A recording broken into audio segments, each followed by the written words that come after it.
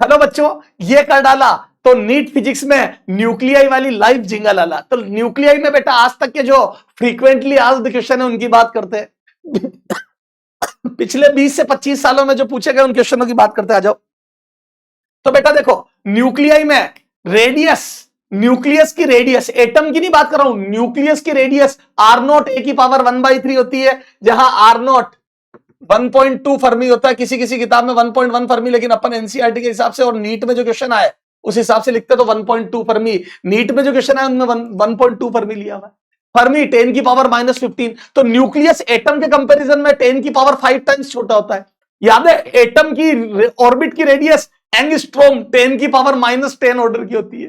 तो atomic radius 10 की power -10 order की होती है और न्यूक्लियस की रेडियस 10 की पावर -15 ऑर्डर की होती है। मतलब एटम न्यूक्लियस से 10 की पावर 5 टाइम्स बड़ा। इस पे क्वेश्चन आया हुआ है, ठीक है साहब।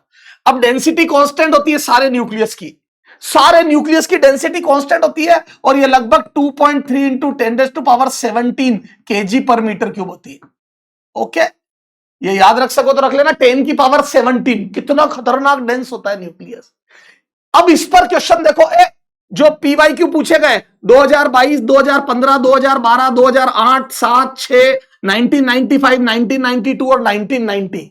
दादाजी, पिताजी, दीदी, बुआ सबसे पूछे हुए क्वेश्चन है। देखो 2, 2, 4, 2, 6, 2, 8, 9, 9 बार क्वेश्चन पूछा हुआ, 9 बार, 9 टाइम्स।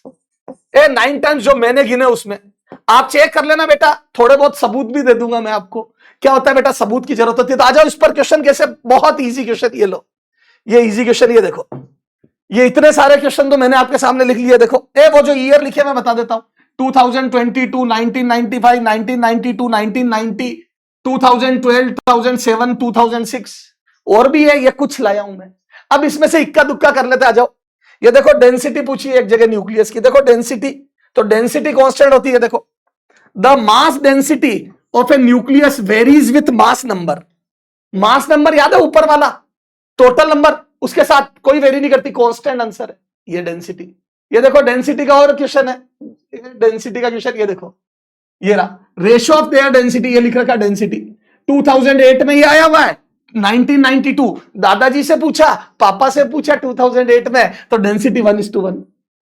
डेंसिटी ध्यान रखना न्यूक्लियस की कांस्टेंट होती है। इसमें क्वेश्चन ये 2 आए हैं, और भी आए हुए होंगे, मैंने 2 ईयर है, ठीक है। अच्छा, रेडियस का रेशियो ये देखो, ये न्यूक्लियर रेडियस का रेशियो देखो, a nucleus of mass number this much split into 2 nuclei having mass number. देखो 2 न्यूक्लियाई का मास नंबर 125 और 64 है। ए बेटा, एक भारी न्यूक्लियाई 2 में टूटा, एक का मास नंबर 125, यानी कि ए। याद है, जितना मास नंबर ज्यादा होता है उतनी रेडियस ज्यादा होती है। देखो, जितना मास नंबर ज्यादा उतनी रेडियस ज्यादा। देखो, जितना मास नंबर ज्यादा उतनी रेडियस ज्यादा। याद है, मास नंबर क्या होता है, ये ऊपर वाला सब केमिस्ट्री में भी पढ़ते हो, फिजिक्स में भी पढ़ते हो, ये प्रोटॉन प्लस न्यूट्रॉन, और ये होता है प्रोटॉन। तो मास नंबर होता है प्रोटॉन प्लस न्यूट्रॉन, यानी कि न्यूक्लियॉन्स।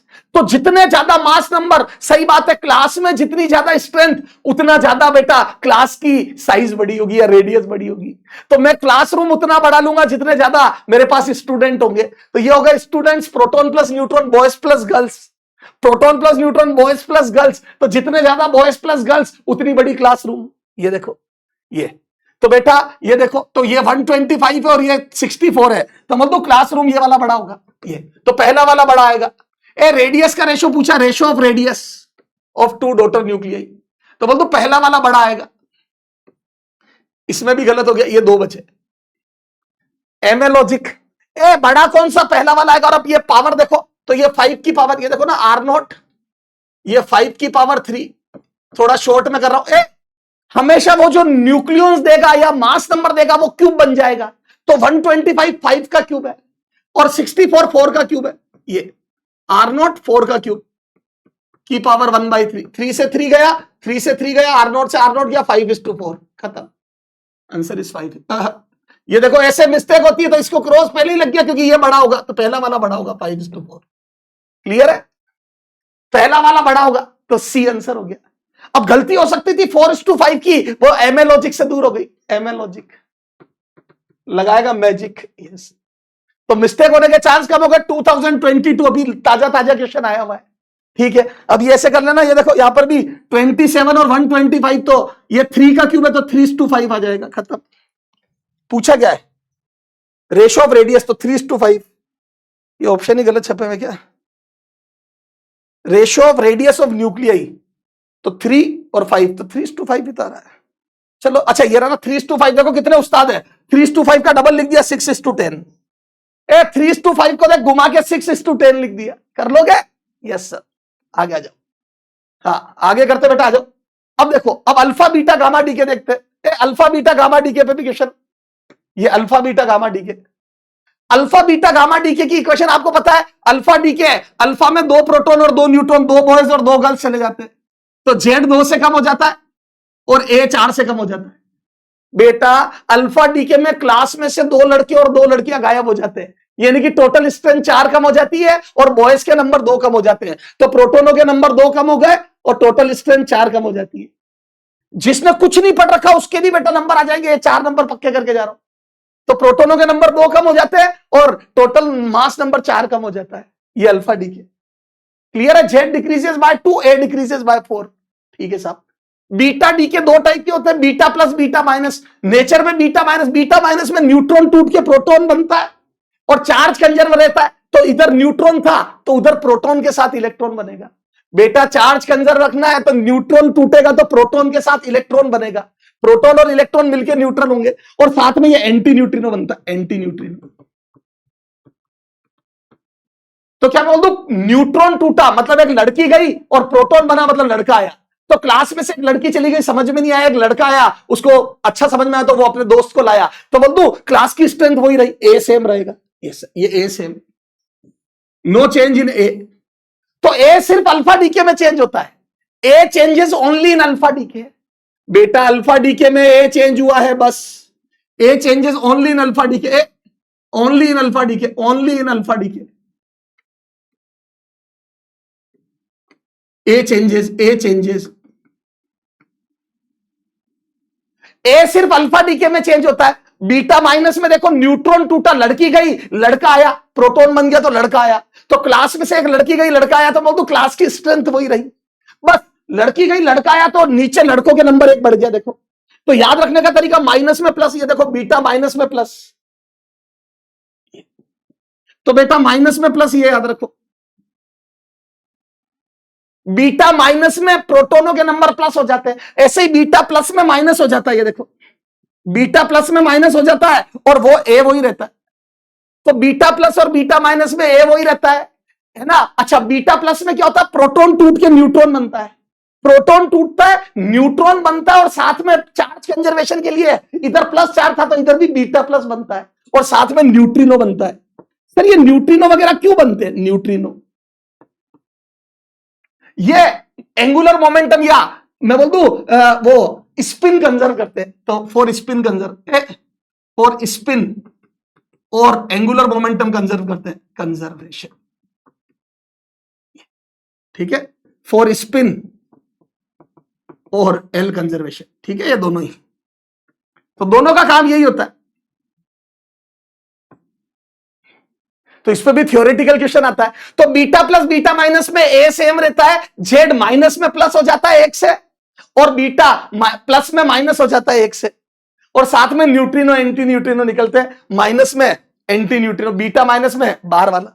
अच्छा अल्फा गामा डीके में कुछ भी नहीं होता है, पीछे वाले बच्चे आगे आके बैठ जाते हैं और स्टेबिलिटी आ जाती है। जिन बच्चों को पीछे से समझ में नहीं आ रहा वो आगे आके बैठ जाते हैं, तो रीअरेंजमेंट होता है। तो rearrangement of nucleus, it is due to rearrangement of nucleus, nucleus का रीअरेंजमेंट होता है ना। क्लास में बच्चे रीशफल होते हैं, पीछे से आगे आते हैं, तो स्टेबिलिटी, जैसे एटम में होता है ना, हायर ऑर्बिट से लोअर ऑर्बिट में इलेक्ट्रॉन आता है तो फोटोन निकलता है, वैसे न्यूक्लियस के अंदर भी हायर ऑर्बिट से लोअर में न्यूक्लियंस आते तो गामा फोटोन बाहर निकलता है, तो गामा फोटोन न्यूक्लियस में से बाहर आता है।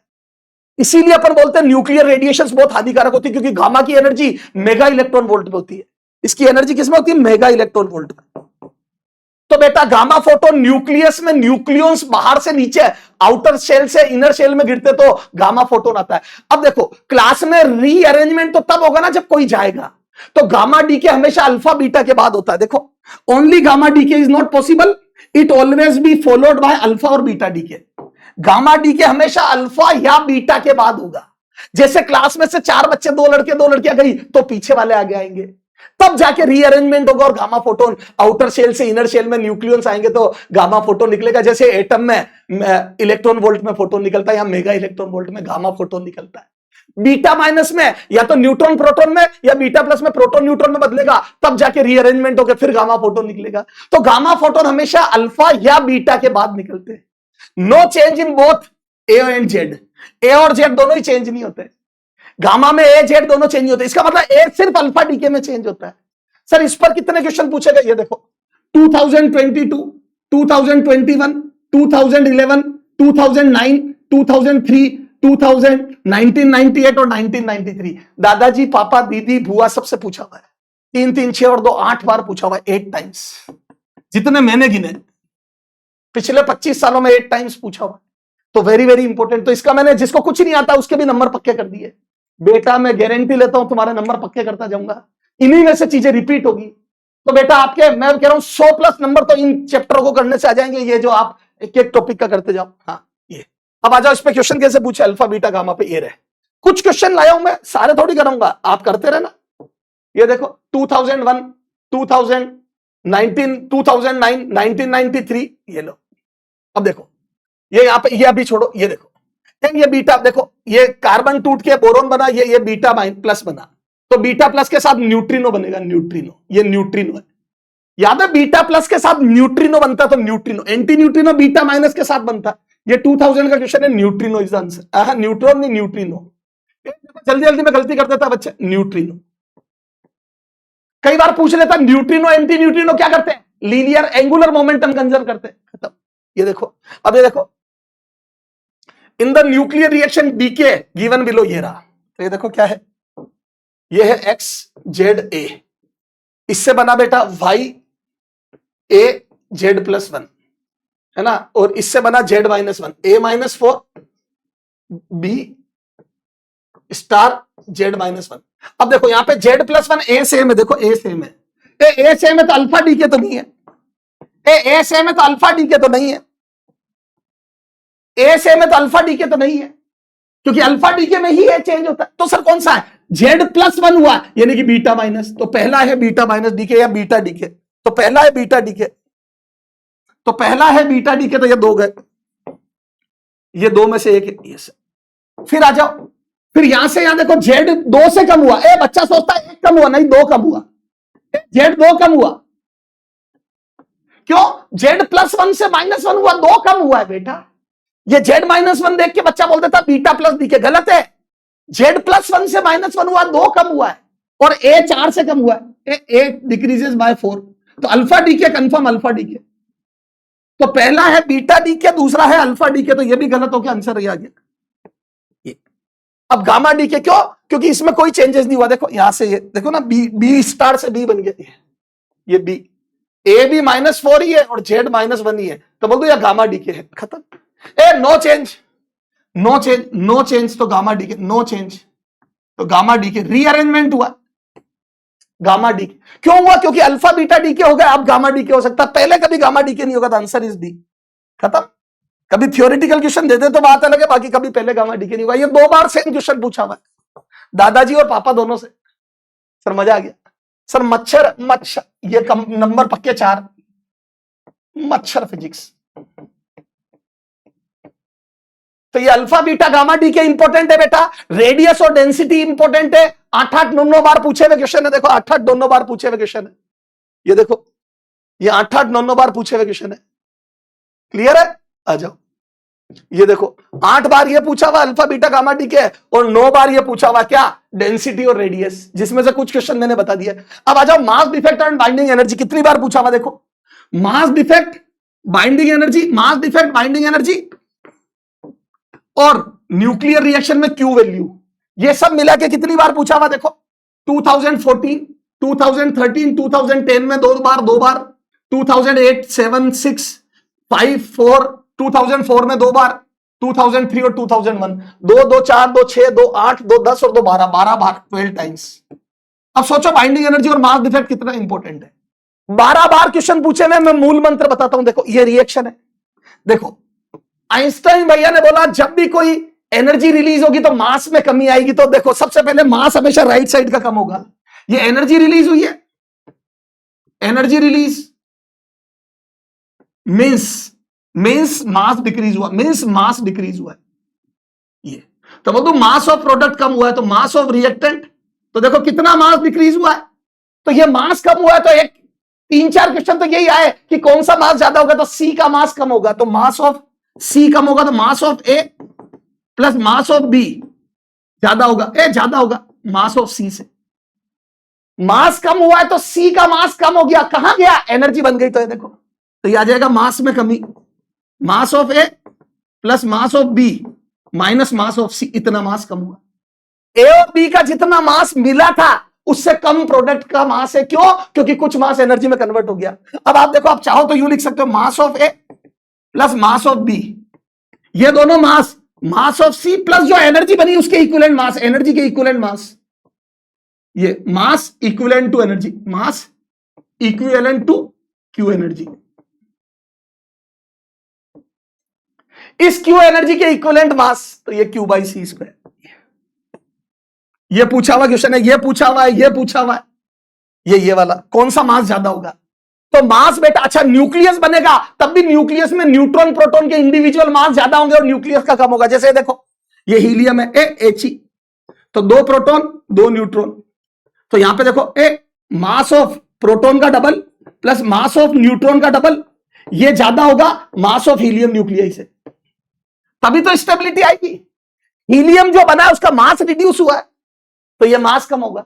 तो कितना मास, तो ये देखो मास कम हो जाएगा, तो मास डिफेक्ट आ जाएगा, twice of mass of proton plus mass of neutron minus mass of helium nuclei. तो जो ओरिजिनल न्यूक्लियाई बनते हैं, ऑक्सीजन नाइट्रोजन जितने भी न्यूक्लियस नेचर में मौजूद है, उन सब के मास कंस्टिट्यूएंट पार्टिकल के मास से कम होंगे, सम ऑफ इनके जो मासेस का सम होगा उससे कम होंगे। प्रोटॉन न्यूट्रॉन का जो इंडिविजुअल मासेस का सम होगा उससे कम आएगा, तभी तो स्टेबिलिटी आएगी। अभी देखते क्वेश्चन, ये अभी बाइंडिंग एनर्जी बताता हूं। तो ये देखो मास के पे क्वेश्चन देखते, ये देखो, ये देख, ये देखो, ये देखो मास ऑफ प्रोटॉन दिया हुआ है, थोड़ा सा हिंट दे रहा हूं, कैलकुलेशन नहीं करूंगा।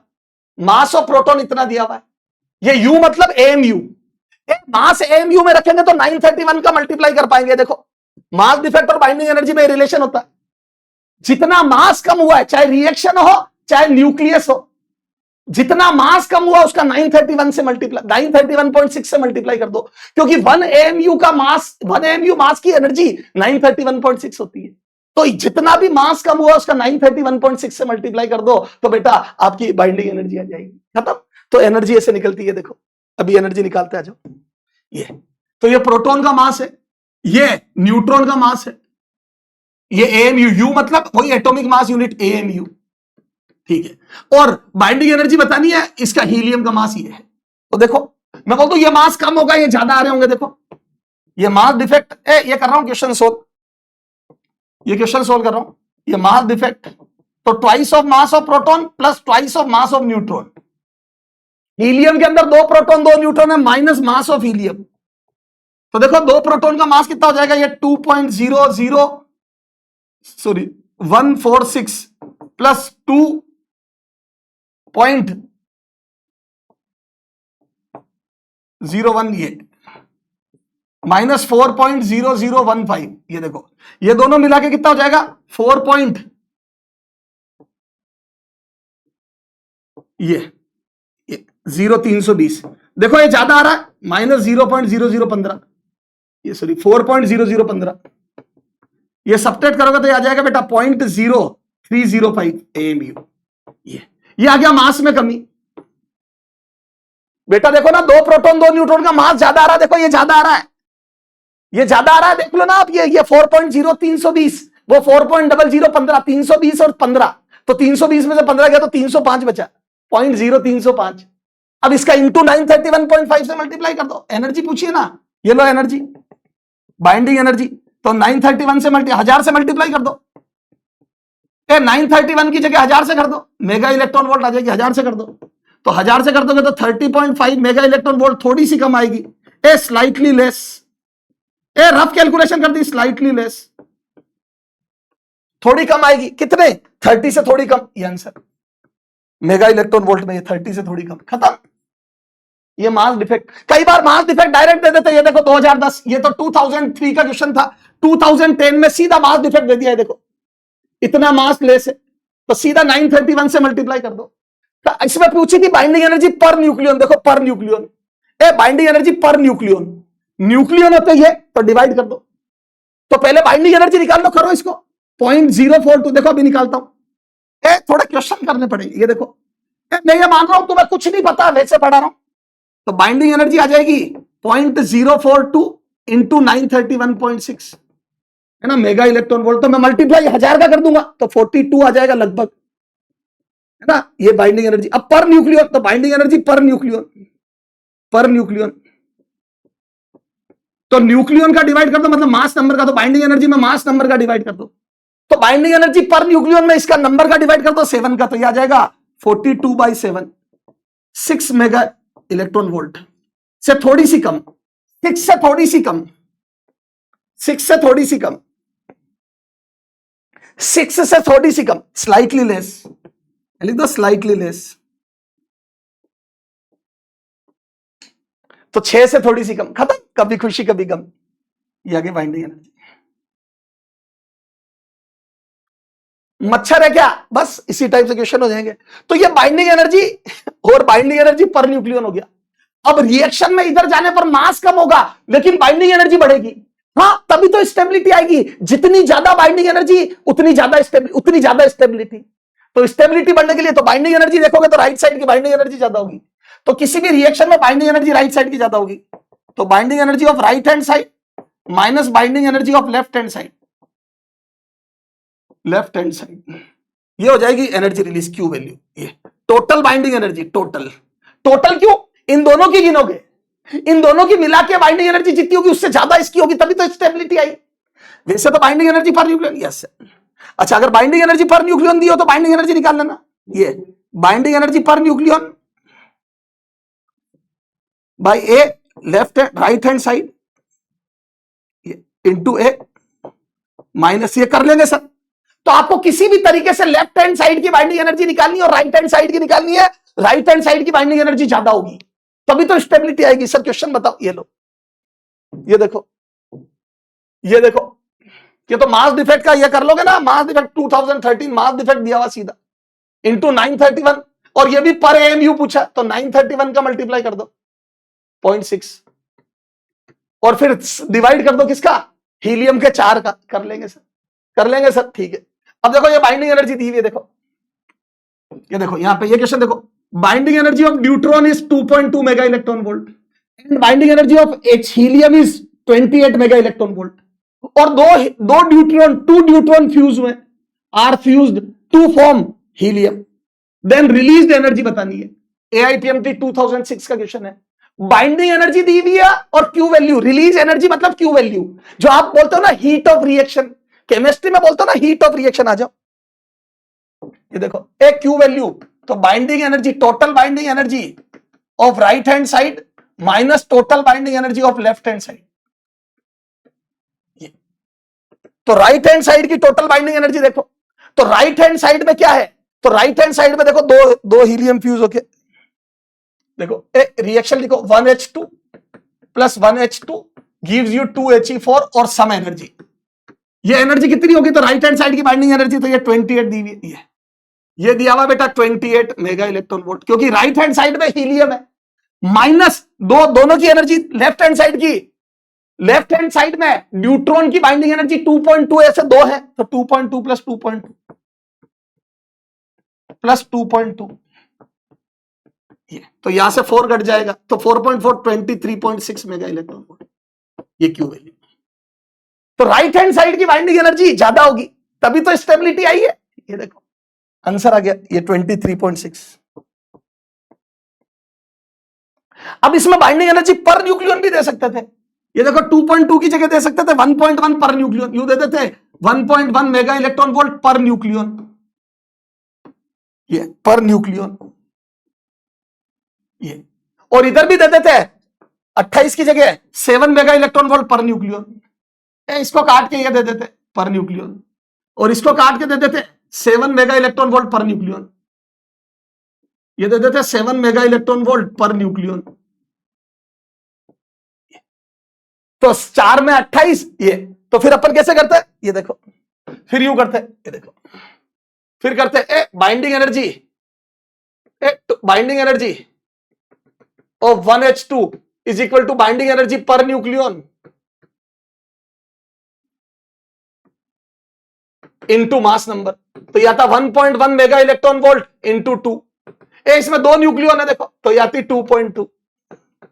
तो पहले सबकी बाइंडिंग एनर्जी निकाल के फिर वही right hand side minus left hand side करते है ना, और ऐसे ही बाइंडिंग एनर्जी 2He4 की निकालते, तो कितनी आती बाइंडिंग एनर्जी पर न्यूक्लियन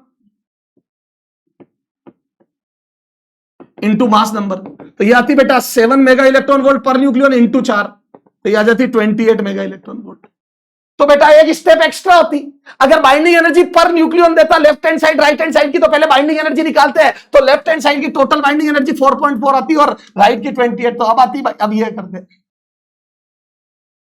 तो बेटा कई बार बाइंडिंग एनर्जी दे देगा डायरेक्ट, जैसे इसमें दिया था ये 2006 वाले क्वेश्चन में, और कई क्वेश्चन ऐसे हैं एग्जाम में जिनमें बाइंडिंग एनर्जी पर न्यूक्लियन ऐसे कम से कम 3 से 4 क्वेश्चन आए हैं।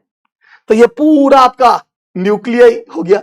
तो न्यूक्लियाई में alpha beta gamma decay radius और density, alpha beta gamma decay binding energy per nucleon, mass defect, ये बहुत इंपॉर्टेंट है।